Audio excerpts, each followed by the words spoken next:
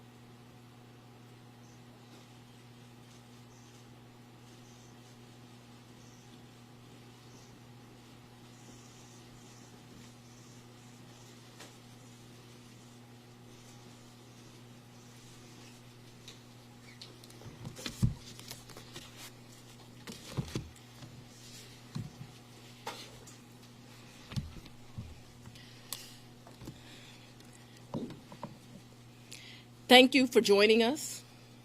I'm here with the prosecutors and investigators who have worked diligently on the investigation of criminal attempts to interfere in the administration of Georgia's 2020 presidential election. Today, based on information developed by that investigation, a Fulton County grand jury returned a true bill of indictment, charging 19 individuals with violations of Georgia law arising from a criminal conspiracy to overturn the results of the 2020 presidential election in this state. The indictment includes 41 felony counts and is 97 pages long. Please remember that everyone charged in this bill of indictment is presumed innocent. Specifically, the indictment brings felony charges against Donald John Trump, Rudolph William Louis Giuliani, John Charles Eastman, Mark Randall Meadows, John Cheeseborough, Jeffrey Clark, Jenna Lynn Ellis, Ray Stallings Smith III, Robert David Cheeley, Michael A. Roman, David James Schaefer, Sean Micah Tresher Steele, Stephen Cliffgard Lee, Harrison William Prescott Floyd, Travion C. Cootie, Sydney Catherine Powell, Kathleen Austin Latham, Scott Graham Hall, and Misty Hampton, also known as Emily Misty Hayes.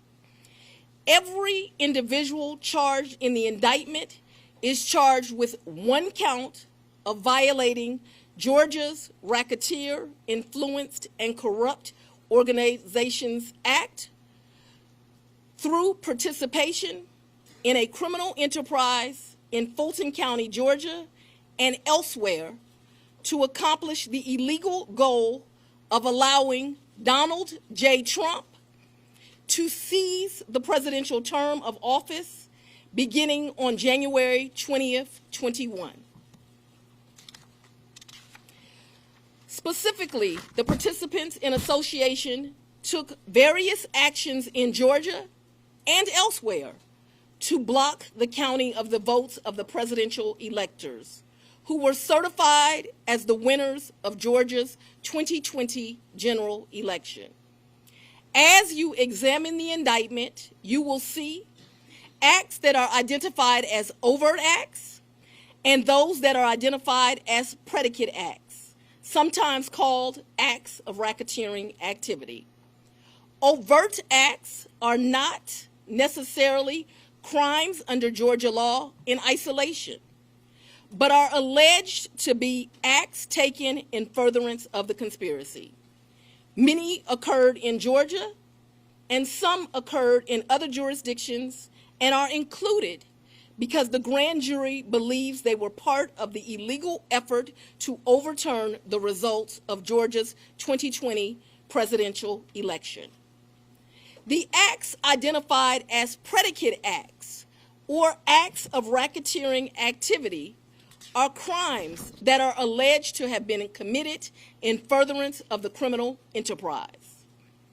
Acts of racketeering activity are also charged as separate counts in the indictment against those who are alleged to have committed them. All elections in our nation are administered by these states, which are given the responsibility of ensuring a fair process and an accurate counting of the votes. That includes elections for presidential electors, Congress, state officials, and local offices. The state's role in this process is essential to the functioning of our democracy. Georgia, like every state, has laws that allow those who believe that results of an election are wrong, whether because of intentional wrongdoing or unintentional error, to challenge those results in our state courts. The indictment alleges that rather than abide by Georgia's legal process for election challenges, the defendants engaged in a criminal racketeering enterprise to overturn Georgia's presidential election result. Subsequent to the indictment, as is the normal process in Georgia law, the grand jury issued arrest warrants for those who are charged. I am giving the defendants the opportunity to voluntarily surrender no later than noon on Friday, the 25th day of August, 2023. I remind everyone here that an indictment is only a series of allegations based on a grand jury's determination of probable cause to support the charges. It is now the duty of my office to prove these charges in the indictment beyond a reasonable doubt at trial. I would like to take a moment to thank the Superior Court Clerk, Shay Alexander, and her staff for staying late and making sure that this indictment was processed. I would also like to thank the men and women of Sheriff Labatt's office for keeping the courthouse open, but most importantly for keeping us safe over the weeks and months that have led up to this indictment, and for what I know they will continue to do to keep us safe. We also want to thank the Atlanta Police Department and other law enforcement partners who have worked with the sheriff to keep us safe. I will now take a very limited number of questions prior to going to sleep. I'll go first. If you don't mind, Surveil 11 to 11 alive. Quick question: can you clarify in Georgia the mandatory minimum when it comes to RICO charges, whether it's servable by probation or how that might play out? The RICO charges has time that you have to serve, so it is not a probated sentence. Madam District Attorney, what's the timetable for the trial? What is the timetable for the trial? Yes. As you know, in this jurisdiction, trials are set by the judges, and so it will be the judge that sets the date of the trial. This office will be submitting a proposed scheduling order within this week. However, that will totally be at the discretion of the judge. And you're the fourth person, fourth jurisdiction now to indict on. Do you want to be the fourth one to try him, or could you move it up? Do you want to be the first to try him? I don't have any desire to be first or last. I want to try him and be respectful for our sovereign states. We do want to move this case along, and so we will be asking for a proposed order that occurs a trial date within the next 6 months. Madam District Attorney, earlier today there was a fictitious document according to the Fulton County Clerk's Office that was circulated online with charges against former President Donald Trump. That fictitious document matched exactly the charges that we now see in this indictment. Can you tell us more about that document leak? Because now you have the former president's lawyers who are saying this is emblematic of a serious problem with your office. No, I can't tell you anything about what you refer to. What I can tell you is that we had a grand jury here in Fulton County. They deliberated till almost 8 o'clock, if not right after 8 o'clock. An indictment was returned. It was true billed, and you now have an indictment. I am not an expert on clerks' duties or even administrative duties. I wouldn't know how to work that system, and so I'm not going to speculate. Next question. Have you had any contact with the special counsel about overlap between these cases, and do you intend to try all of these defendants together? Do I intend to try the 19 defendants in this indictment together? Yes. And have you had any contact with the special counsel about the overlap between this indictment and the federal indictment? I'm not going to discuss our investigation at this time. Ma'am, we're I'm entering going to in. take. The arguments made by former President Trump that this is a politically motivated affair. I make decisions in this office based on the facts and the law. The law is completely nonpartisan. That's how decisions are made in every case. To date, this office has indicted, since I've been sitting as a district attorney, over 12,000 cases. This is the 11th RICO indictment. We followed the same process. We look at the facts, we look at the law, and we bring charges. Have there been conversations about the You tried this case yourself? Has the jury been cleared? Get down.